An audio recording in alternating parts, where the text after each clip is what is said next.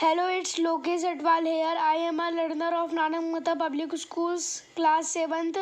Some days ago, I was part of a workshop organized by Pratham Education Foundation. We performed some of the experiments to understand air and water pressure.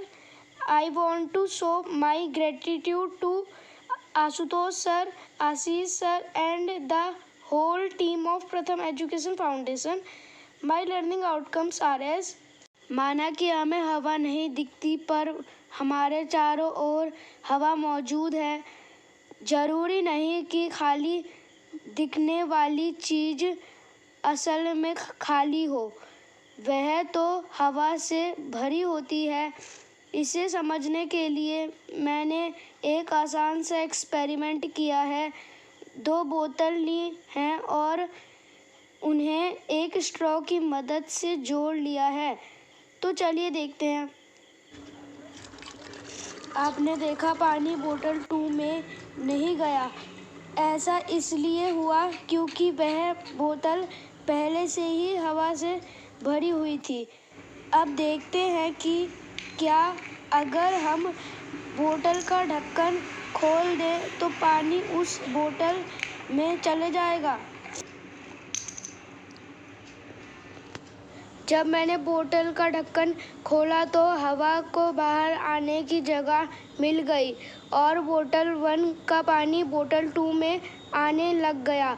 पानी तब तक बोतल 2 में आया जब तक दोनों बोतल में बराबर पानी नहीं हो गया। इससे यह साबित होता है कि हवा भी जगह घेरती है। चलिए अब बढ़ते हैं अगले एक्सपेरिमेंट की ओर। अगले एक्सपेरिमेंट के लिए मैंने एक बोतल ली है और उसके मुंह पर एक गुब्बारा फिट कर दिया है। चलिए देखते हैं। देखा आपने मैंने कितनी कोशिश की बैलून को फुलाने की, पर बैलून ज़्यादा नहीं फूला। चलिए दोबारा कोशिश करते हैं।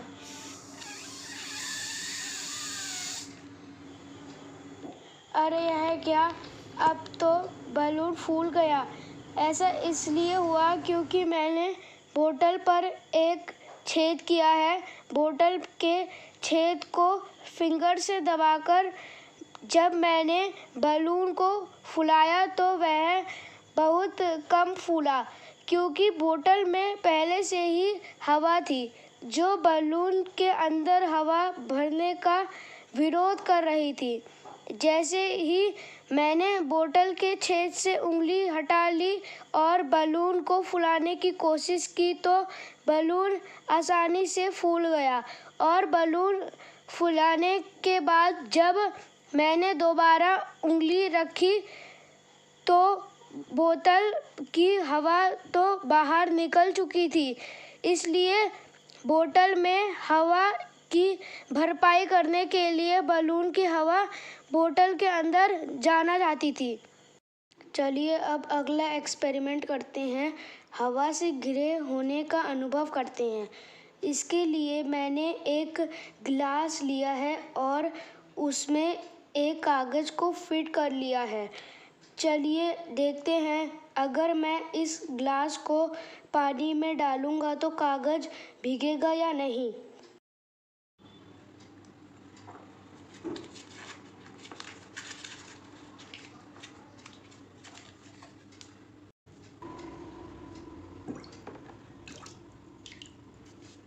अरे कागज़ तो अभी भी सूखा है। ऐसा इसलिए हुआ क्योंकि गिलास में पहले से हवा मौजूद थी। जब मैंने गिलास को पानी में उल्टा करके डाला तो हवा ने पानी को गिलास के अंदर घुसने ही नहीं दिया और गिलास के अंदर का कागज़ सूखा ही रह गया। चलिए अब अगले एक्सपेरिमेंट की ओर बढ़ते हैं। इस एक्सपेरिमेंट के लिए मैंने एक गिलास में थोड़ा सा पानी लिया है और एक कार्डबोर्ड का टुकड़ा लिया है।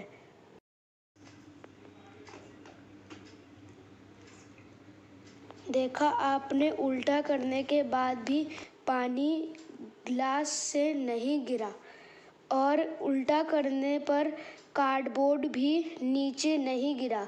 इस एक्सपेरिमेंट से हमें ये पता चलता है कि एयर प्रेशर ऊपर की ओर भी काम करता है। यह कार्ड और पानी के ग्रेविटेशनल फोर्स के विरोध में लग रहा एयर प्रेशर ज़्यादा पावरफुल है।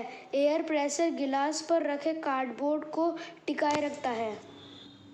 अगले एक्सपेरिमेंट के लिए मैंने एक प्लेट में थोड़ा सा पानी लिया है और एक मोमबत्ती ली है और जलती हुई मोमबत्ती पर गिलास रख दिया है। तो चलिए देखते हैं क्या होता है।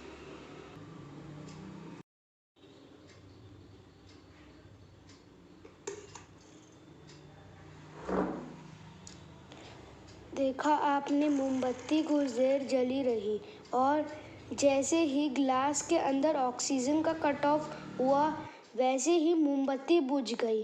पर गिलास के अंदर का टेम्परेचर बढ़ चुका था और एयर प्रेशर कम हो गया था। हवा की भरपाई करने के लिए बाहर की हवा अंदर जाना चाहती थी, पर पानी उसे रोक रहा था, जिस कारण ग्लास के अंदर पानी का लेवल बढ़ गया। अगले एक्सपेरिमेंट में मैंने कागज़ से एक भोंपू बना लिया है। चलिए देखते हैं भोंपू में फूंकने पर क्या होता है।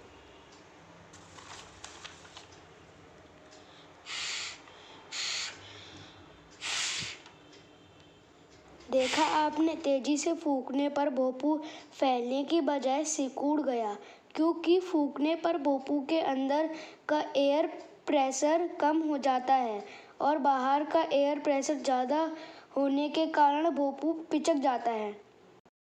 Thank you.